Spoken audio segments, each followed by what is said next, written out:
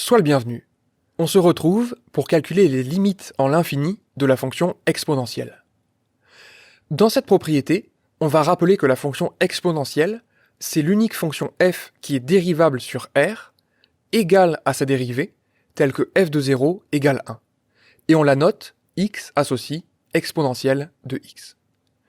Donc cette approche-là, qui consiste à revenir à l'équation différentielle f' est égale à f, on l'a déjà retrouvée dans l'émission démonstration de terminale numéro 14, où on résout justement l'équation différentielle y' est égale à ay.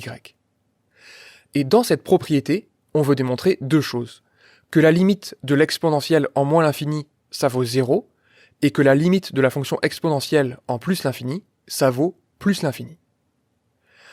Donc une question qu'on peut se poser ici, c'est comment va-t-on faire? Quel est le lien entre ces deux pauvres informations dont on dispose sur la fonction exponentielle et ses potentielles limites? Et pour faire ce lien-là, j'ai une idée. Je me dis que la fonction exponentielle, donc si on admet les résultats, on admet aussi que ta calculatrice peut tracer sa courbe, et ça ressemble à ça. Et si on considère par exemple sa tangente en 0, on voit qu'elle se dirige allègrement vers plus l'infini. Et donc si j'arrive à démontrer que la courbe en rouge, elle est située au-dessus de la courbe en vert, alors c'est bon, j'arriverai à conclure, au moins pour la deuxième limite de cette propriété. Et donc c'est une approche qu'on a vue dans l'émission précédente sur la convexité. Justement, notre but, ça va être de démontrer que la fonction exponentielle est convexe. Comme ça, on dira que sa courbe représentative est située au-dessus de sa tangente en 0. Donc allons-y pour la démonstration, que je vais appeler une petite histoire. Donc, comme on le disait il y a quelques instants, le but, ça va être de démontrer dans un premier temps que la fonction exponentielle est convexe. Mais comme c'est une fonction qui est égale à sa dérivée, cette fonction est aussi égale à sa dérivée seconde, et donc il suffit de démontrer que la fonction exponentielle est positive. Ça va suffire pour démontrer que l'exponentielle est convexe. De mon côté, je vais démontrer que la fonction exponentielle est positive. Naturellement, si ton professeur te recommande de prendre cette propriété pour acquise, tu pourras passer directement au troisième point de cette démonstration. Allons-y pour le premier point. On va essayer de démontrer que la fonction exponentielle est positive. Et pour cela, on va considérer la fonction qui a x associe exponentielle de x que multiplie exponentielle de moins x. On sait qu'on doit démontrer que cette fonction vaut 1. Et c'est une approche qu'on a déjà utilisée par exemple pour résoudre l'équation différentielle y' est égale à ay. Comment avait-on fait?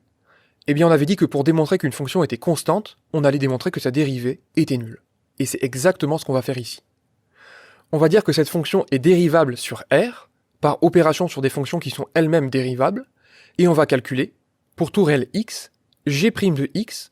Alors ici, on va devoir utiliser la formule qui vient de la dérivée d'un produit, donc le premier terme c'est u'v, comme l'exponentielle se dérive en elle-même, le premier terme c'est exponentielle de x que multiplie exponentielle de moins x, et le deuxième c'est uv', donc ça me donne exponentielle de x, et comme j'ai un moins x à l'intérieur de l'exponentielle, eh bien ça multiplie le tout par moins exponentielle de moins x.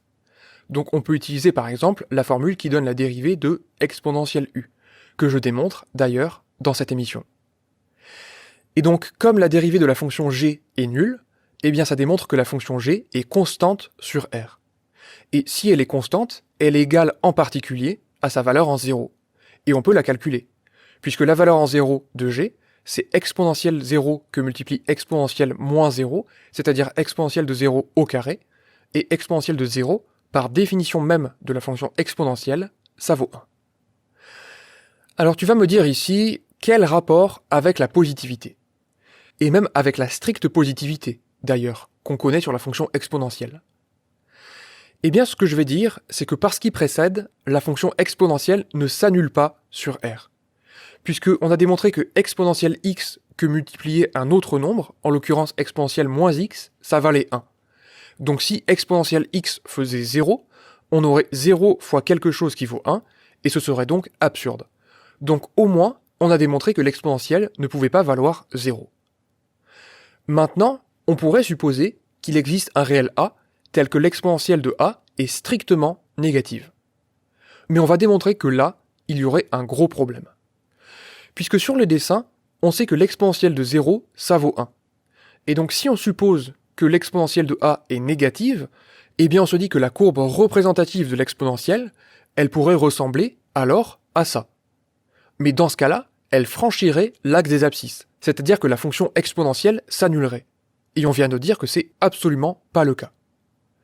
Alors ici, un des arguments principaux, c'est que pour tracer la courbe en jaune, je n'ai pas levé ma craie. Et donc je fais appel ici, mathématiquement, à un argument de continuité.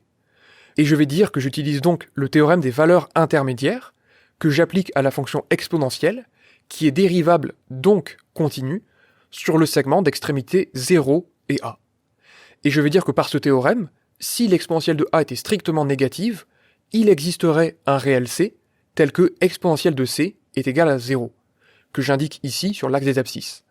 Puisque 0, ce serait une valeur intermédiaire entre exponentielle de a, qui est strictement négative, et exponentielle de 0, qui vaut 1 et qui est donc strictement positive.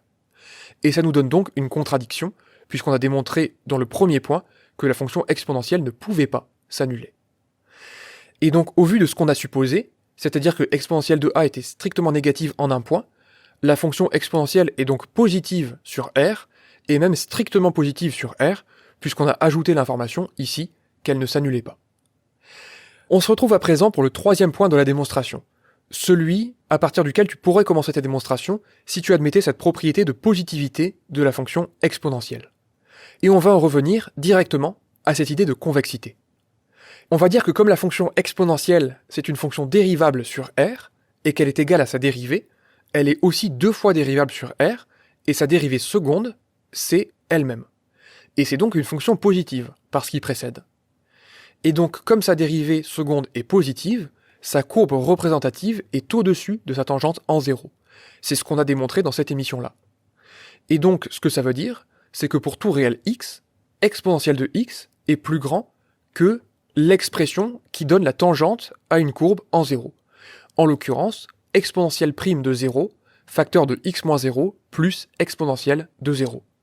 Et en remplaçant exponentielle de 0 par 0, et de même avec exponentielle prime de 0, vu que c'est la même chose que exponentielle de 0, on trouve que cette tangente en 0, elle a pour équation y est égal à x plus 1.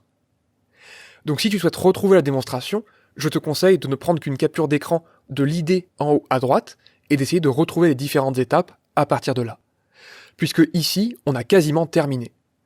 On voulait dire tout à l'heure que cette droite verte, elle se dirigeait tout droit vers plus l'infini. Donc on va dire que le terme de droite de l'inégalité, x plus 1, tend vers plus l'infini lorsque x tend vers plus l'infini. Et donc que par comparaison, d'après l'inégalité qu'on a obtenue juste au-dessus, l'exponentielle tend vers plus l'infini, elle aussi, en plus l'infini.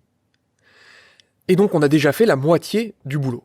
Alors on peut se demander comment muni d'une information en plus l'infini, on pourrait se ramener en moins l'infini. Et pour ça, on va utiliser le premier point de la démonstration. Comme la fonction g qu'on a déterminée est égale à 1, on va dire que exponentielle x, on peut l'écrire comme 1 sur exponentielle moins x. Et l'avantage, c'est que lorsque x tend vers moins l'infini, moins x, lui, tend vers plus l'infini. Et donc on va dire que par conséquent, on peut calculer, grâce au résultat qui précède, la limite en moins l'infini de exponentielle x, eh bien on va l'écrire comme la limite en moins l'infini de 1 sur exponentielle moins x.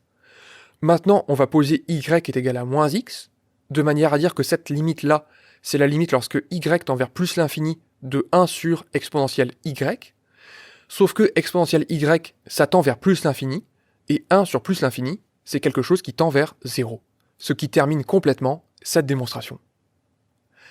J'espère que cette émission t'a plu, je te souhaite une excellente journée, et je te dis à la prochaine.